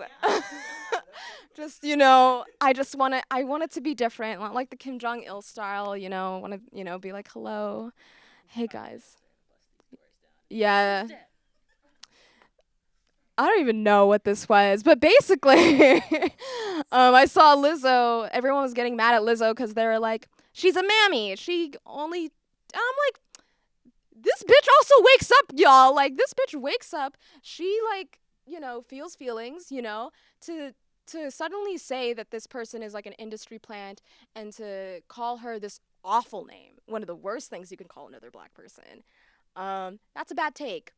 But also, I remember when Lizzo came out and everyone, I was like, I love Lizzo, but why do the whites love her so much? And I did market research. I didn't do market research at all. There's no market research. But I guess I surmised that with black artists and black performers and Simone Biles, right? Everybody and their mama was shocked when Simone Biles got the twisties, okay? Here's the thing. Simone Biles is like 23. Of course she got the twisties at the Olympics. She's a human being. That's the problem. They don't think, people see these depictions and they don't think we're human beings. They think that we're these strong, people that we are not superheroes, And that is often why I notice, that book's why do the black kids all sit next to each other? It's because they're allowed to feel, they are allowed to be angry, they're allowed to laugh about something, they're allowed to cry about something, they're allowed to, be real with each other. And luckily, I think all of the weird personal shit that I had said, oh my God, hopefully someone can cut this out. And you know what? Yeah, I should stop talking. And every day I want to stop talking. So yeah, basically, yeah, give yourself the room to be angry and to cry and to disassociate because you deserve that. Thanks, Deb. No, I needed to hear that today. I really did. I was at work. I cried 8 times at work today. That was yeah, I've been going through it, guys. Been going absolutely the fuck through it. It's fine. It's fine. But I wanted to do a cover piece to speak to how angry I am because I think that other poets do it a lot better than I do, and I want to give that credit. So I have a poem called Dear White America by Dinesh Smith, which is going to be so good. They're such a great poet. Yeah. Here's Dear White America. I've left Earth in search of darker planets, a solar system revolving too near a black hole. I've left in search of a new God. I do not trust the God you have given us. My grandmother's hallelujah is only outdone by the fear she nurses every time the blood-fat summer swallows another child who used to sing in the choir. Take your God back, though his songs are beautiful, his miracles are inconsistent. I want the fate of Lazarus for Renisha, want Chucky, Bo, Meech, Trayvon, Sean, Janlaya, risen 3 days after their entombing, their ghost regifted flesh and blood, their flesh and blood regifted their children. I've left Earth. I am equal parts sick of your go back to Africa, and I just don't see race. Neither did the poplar tree. We did not build your boats, although we did leave a trail of kin to guide us home. We did not build your prisons, though we did fill them too. We did not ask to be a part of your America, though are we not America? Asked to be her joints brittle and dragging a ripped gown through Oakland. I can't stand your ground. I'm sick of calling your recklessness the law. Each night I count my brothers, and in the morning when some do not survive to be counted, I count the holes they leave. I reach for black folks and touch only air. Your master magic trick, America. Now he's breathing. Now he don't abracadabra. White bread voodoo sorcery you claim not to practice. Hand my cousin a pistol to do your work. I tried, white people. I tried to love you. But you spent my brother's funeral making plans for brunch, talking too loud next to his bones. You took one look at the river plump with the body of a boy after girl after sweet boy and asked, why does it always have to be about race? Because you made it that way. Because you put an asterisk on my sister's gorgeous face, call her pretty for a black girl. Because black girls go missing with so much as an amber of a whisper where. Because there are no amber alerts for amber-skinned girls. Because there are no amber alerts for amber-skinned girls. because Jordan boomed, because Emmett whistled, because Huey P spoke, because Martin preached, because black boys can be too loud to live, because it's taken my papa's time and my grandma's time and my father's time and my mother's time and my aunt's time, my uncle's time, my brother's and my sister's time. How much time do you want for your progress? I've left Earth to find a place where my kin can be safe, where black people ain't but people the same color as the good, wet earth. Until that means something, until then, I bid you well, I bid you war, I bid you our lives with to gamble no more. I've left Earth and I am touching everything you beg your telescopes to show you. I'm giving you the stars, their right names in this life, their story and history. You cannot steal or sell or cast overboard or hang or beat or drown or own or redline or shackle or silence or cheat or choke or cover up or jail or shoot or jail or shoot or jail. If only this one is ours. And that's Dear White America by Denez Smith. Ooh, damn, that's like been in me for a minute.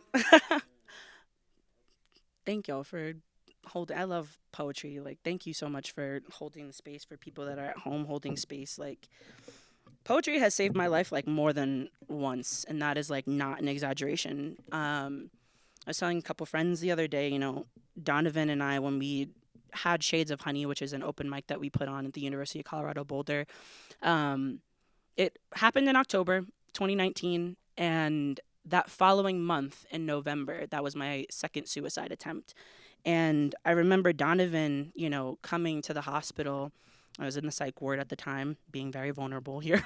And I remember like the first couple of days, you know, everyone kind of comes and then it dwindles off and people stop coming to visit you. And that's just how it works, you know. That's how it goes.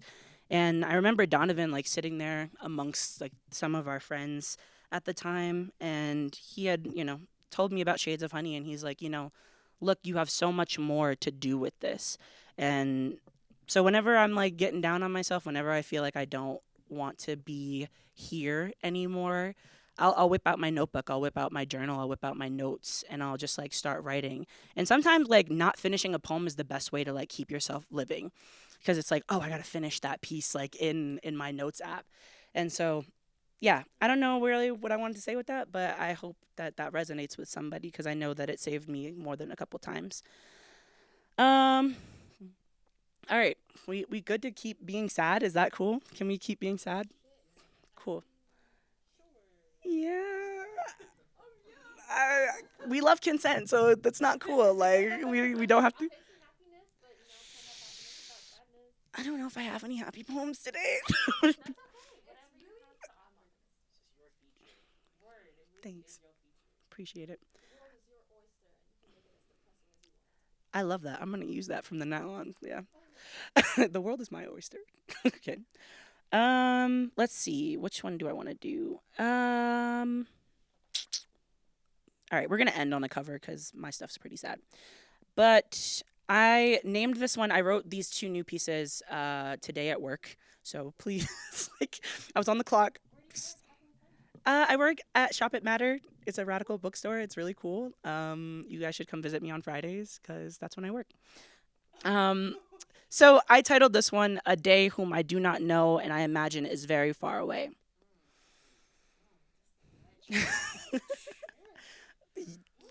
Yeah. We were crying all day. Okay, here we go. My grandmother, who is not really a part of my bloodline, holds me between her palms one Monday morning, and a childhood falls into her lap. A broken and battered girl who is smiling, I hold my smile like I hold all of the knives in my body, and there are some days I am so scared to laugh because it means that the blood might come rushing to meet me. My belly full, collapsing into a skirt her mother gave her. She holds yet another thing that is not hers in her lap, and I wish that I wasn't so full on swallowing the things that have made me lighter to carry. She asks me, "Hey, Ladybug, when do you start to choose you? When is the day you choose to love yourself?" My body convulses into all the Novembers that I have tried to kill myself. November is somewhere far enough away from everyone's birthdays and holidays that it would make no noise if I were to fall. Modern day tree in a forest. I curl up into a body whom I no longer have, and I try to make my lips something believable. I gift her this vision in the same way that I am not sure I believe in God, but I really want to believe in God. I start to say that I wish I could tell you that I am worth more than the time it is going to take to fix me. I throw up my throat and adorn her with the only stories I have known. I told her about the time that my grade school teacher told us to write a letter to someone who is no longer with us, and the first person I could think of was myself.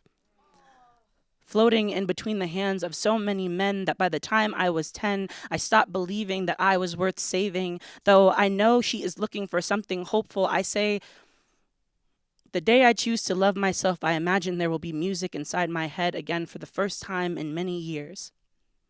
I tell her that I think that there might be a chance to see my brother again, maybe my mother's heart pieced back together and beating a firm purple, maybe all the men I have loved heal.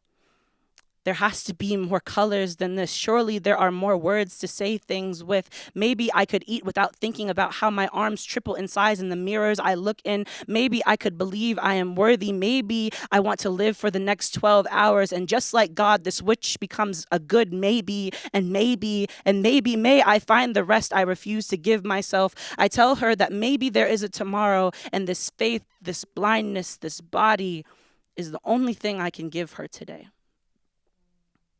That's my grandma. I love my grandma. Yeah.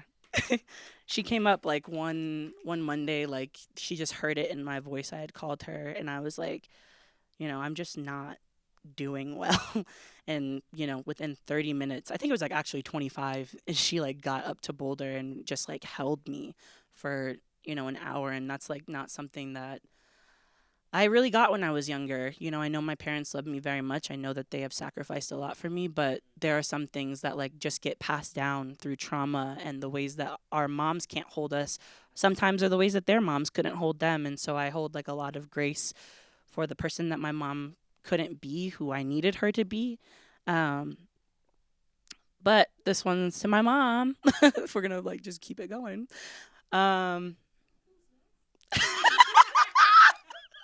Damn. Yeah, we just roasting my family today. I guess like that's fine. They know I love them. That's why they're never invited to open mics.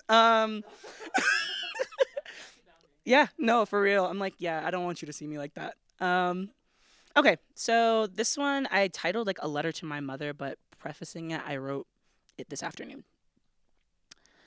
My mother stands about 5'9". Thin, stringy black hair kissed by the night sky, the heart the size of a hurricane, a stomach of molten lava rocks that are still hot, just so you are careful. But I say all this to say that she is dying. She says her arms are always the elephant in every dressing room, and sometimes I wonder if this is why she doesn't hold me. The extra weight might break all of the mirrors, a thin body tucked away in an attic. She pulls it down to show me. Look, Korea. This is what you could be. This is what you could look like. You'd be so pretty. Ooh, here we go. I have gotten married so many times in this gown of 1,000 measurements that my waist wants to divorce.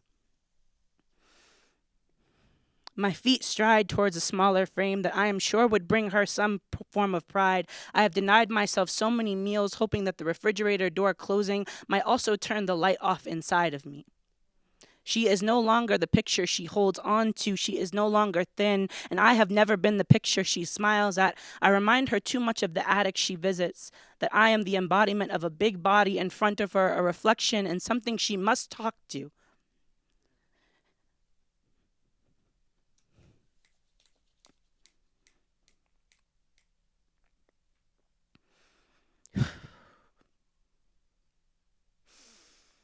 She found a rapture in her laying down, and I'm not sure she believed her God was coming. And I never believed in a salvation that was hinged on us being tinier versions of men, a rib theory, twisted in the months that then shrink other people. Where did you go? My mother tells me stories where she drove into months instead of mornings that had the same address of madness. She, being the daughter of a mother who did not want her and a father whom we don't know, learned to swallow things that were foreign her whole life. My mother has not been living in a good long while, and she goes around stealing homes that are not hers. My body amongst the graveyards she has claimed, and this is how the word is passed. And I have always made my body a good place to lay things down for men to go and die, but today I return to send her all the things that are not mine. I tell my mom in the blood she punches me in that she has always been worth the space she occupies. That she need not visit attics when the first floor of our house still has life, when the address of her bones is still walking. I wish to tell her that I am sorry for the ways that people did not heal and how she carried that in the same stomach that she carried me in. The word is so nasty. I tell her there are mornings when I see her smile, and it is the most beautiful thing I have heard in a while. The music bouncing off a skin woken up before the light touches her. Every ounce that the day you sit up in brings teeth and fingers to their knees in reverence of a broken woman. For you, I would send my body to battle with no anticipation of it coming back. If you would live beyond your body, if you would survive for one more day outside of restriction, I'd make my hands a greedy shelter that yearned to hold more of you, and you'd believe that there could be more of you, and that be a good thing. That's to my mom. Thanks, y'all. All right. We got one more. Is that okay? Cool. We might cry big time on this one. We're probably not gonna cry. We're gonna try not to cry on this one. But this is another cover poem. I can't remember who this is by, but please look it up. It's really good. But it's called When a Boy Tells You He Loves You. Yeah, that's it. It's so good. Edwin Bodney, so good. All right, here we go. When a boy tells you he loves you, it'll be the first time you hear this. It is late, and he isn't even there to tell you this in person, but instead, from a car ride home from a bar in Chicago, he is there on business. Of course, you will smile because he sounds like he means it. Because you believe him.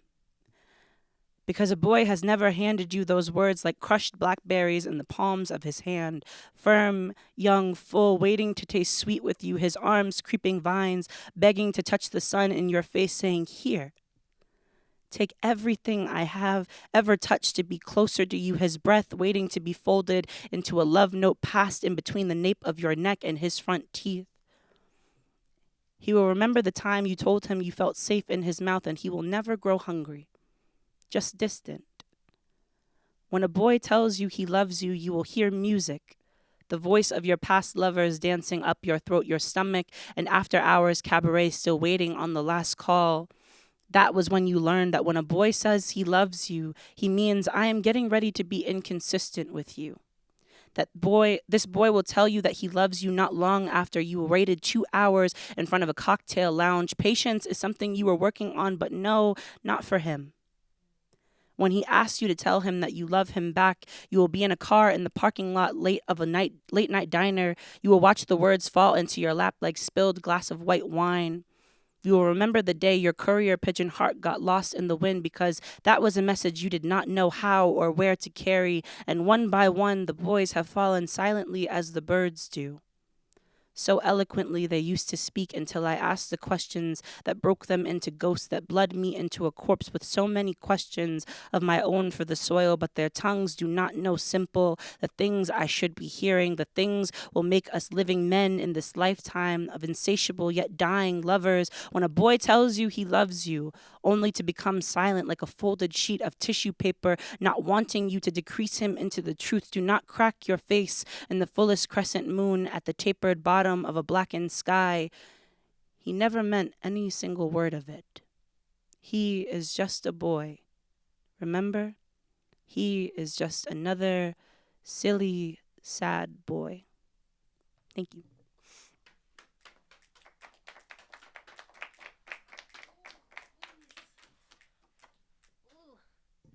Ooh, emotions flowing. They're really good cover pieces. For the sake of emotions and bodies and humans doing the human things, I want to invite you all to do some breathing exercises with me. Maybe a quick guided meditation if you all are down for it. Yeah? Okay, cool. So we're going to do some breathing exercises really quickly, and then I'll lead you all in a quick guided meditation. So we're going to do 4, 4, 4. So you breathe in for 4, you hold for 4, and you exhale for 4. And the people who are watching on Facebook, Instagram, TV, hi, Mom, do some things with us. So breathe in for 4, hold for 4, exhale for 4. And I will help you all guide it. Please find a very comfortable space, whether that is sitting down, if you are at home, whether that is laying down. Make sure that your feet are planted and you are grounded, both physically and mentally. So I want you to breathe in for 1, 2, 3, 4. Hold. 1, 2, 3, 4. Exhale. 1, 2, 3, 4. And for this one, I want you to breathe in. And when you breathe in, try to suck in your stomach as much as possible. And then when you exhale, try to push out your stomach as much as possible. So breathe in for 1, 2, 3, 4. Hold. 1, 2, 3, 4. Exhale. 1, 2, 3, 4. Good. For this one, I want you all to imagine your breath. What color is it? What temperature is it? And I want you to breathe in for 1, 2, 3, 4. Hold. 1, 2, 3, 4. Exhale. 1, 2, 3, 4. And for this last one, do the exact same thing we've been doing, but when you exhale, I want you to exhale all of the noises that your body wants to release. Whether that is screaming, gurgling, moaning, whatever, make it kinky. So breathe in for 1, 2, 3, 4. Hold. 1, 2, 3, 4. Exhale. 1, 2, 3, 4. Thank you. And then for this quick guided meditation, find a comfortable spot as well.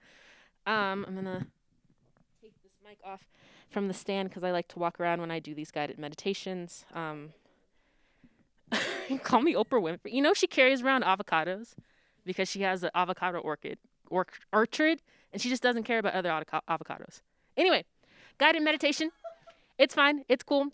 So I want you to ground yourself, plant your feet where your feet wants to be planted, and I want you to just listen to my voice. And so, as you're listening to my voice, I want you to think about your day. Was it a good day? Was it a bad day? Was it an all right day? And I want you to think about the emotions you've been carrying around today. And as you are thinking about your emotions, I want you to start to visualize your emotions. Is your emotion large or is it small? Is your emotion a color? Is it pink? Is it red? Is it yellow? Or is it opaque? And as you are thinking about these emotions, as you are thinking about the amazing and very heartfelt feature we just encountered, I want you to hold on to those emotions for a second. What is resonating in that emotion with you? Is it anger? Is it sadness? Is it agitation? Or is it relief? And as you are thinking about all of these things towards your emotions, I want you to think about your favorite place in the world. Is it your grandmother's house? Is it a really cool hotel in Santa Fe? Or is it just a park that you frequent by, maybe like every Thursday? Think about your favorite place. And as you are thinking about your favorite place, I want you to check in those emotions at your favorite place. Give that emotion, if it's a house, a nice bed to sleep in, maybe some food, maybe the Wi-Fi password if you're feeling grateful. And I want you to check that emotion in to your favorite place. And this is not goodbye to these emotions, as one day you will find these emotions as a tool for your freedom, as a tool for justice, as a tool for solidarity. So I want you to say goodbye for now to these emotions. And you can say goodbye for as long as you want or as short as you want. Maybe you slam the door in its face. Maybe you kiss it goodbye. Say goodbye for now. But realize that those emotions are tools for your freedom, for your solidarity, for your existence, and it matters. Now, I want you to imagine a small blue dot in the center of your forehead. And I want you to breathe in as this small dot goes to the tip of your lips. And I want you to give yourself affirmations today. Whether those are, I woke up today and I feel pretty good about that. I look cute today. I managed to tell someone goodbye today. I am grateful for the body that I have today. I am grateful for my voice today. And as you are saying those affirmations to yourself, I want you to visualize that small blue dot down to the center of your chest. And as you are envisioning that, I want you to hold love for yourself. Even if it is the smallest grain of love, or even if it is the largest ocean that you can possibly give. Because you are human beings on this raging shit show of a planet, and you've managed to get here this far. And I thank each and every one of you for being here, for being vulnerable, for sharing experiences with complete strangers or adorned friends. So give yourself love as the small blue ball is in the center of your chest. And then envision the small blue ball going down to the center of your belly button. And I want you all, whether that is today, tomorrow, tonight, or 2 years from now, be brave enough to surprise yourself. Do something that you've been trying to do, but you have not the bravery yet. Do something that you have not do because you have not the bravery to do it yet. A lot of times we go through our lives not doing the things that we want to do. So be brave, take a first step, and surprise yourself on how far you get. Now, I want you to dissolve this blue ball and say goodbye to it and say thank you. And when you are ready, at your own time, I want you to come back to this space. But I want you to come back to this space a different person than you were when you first came. Are you more loved? Are you braver? Are you more courageous? Or are you a little bit softer than you have been in your life? And I thank you all for being a part of this glorious open mic. And I hope to see you all in the future. And I hope to see you all probably, I don't know, later after. Let's connect, share some social media. And while you all are coming back to the space at your own time, I have some thanks to give. Shout out to Imogen again for her lovely poems. You can find her on Instagram and Twitter at Poets and Muses. Shout out to Denver Community Media for hosting us in this amazing space.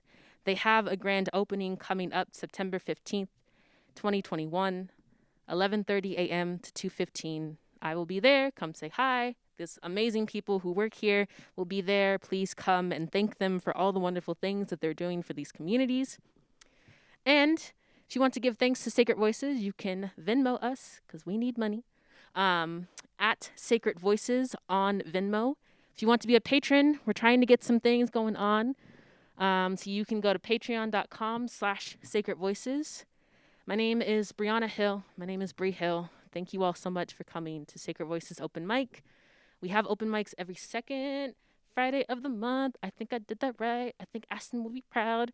And yeah, thank you all so much for being here, for being vulnerable, for being brave enough to come up to the mic, to come up to your computer and watch us do our thing. So thank you.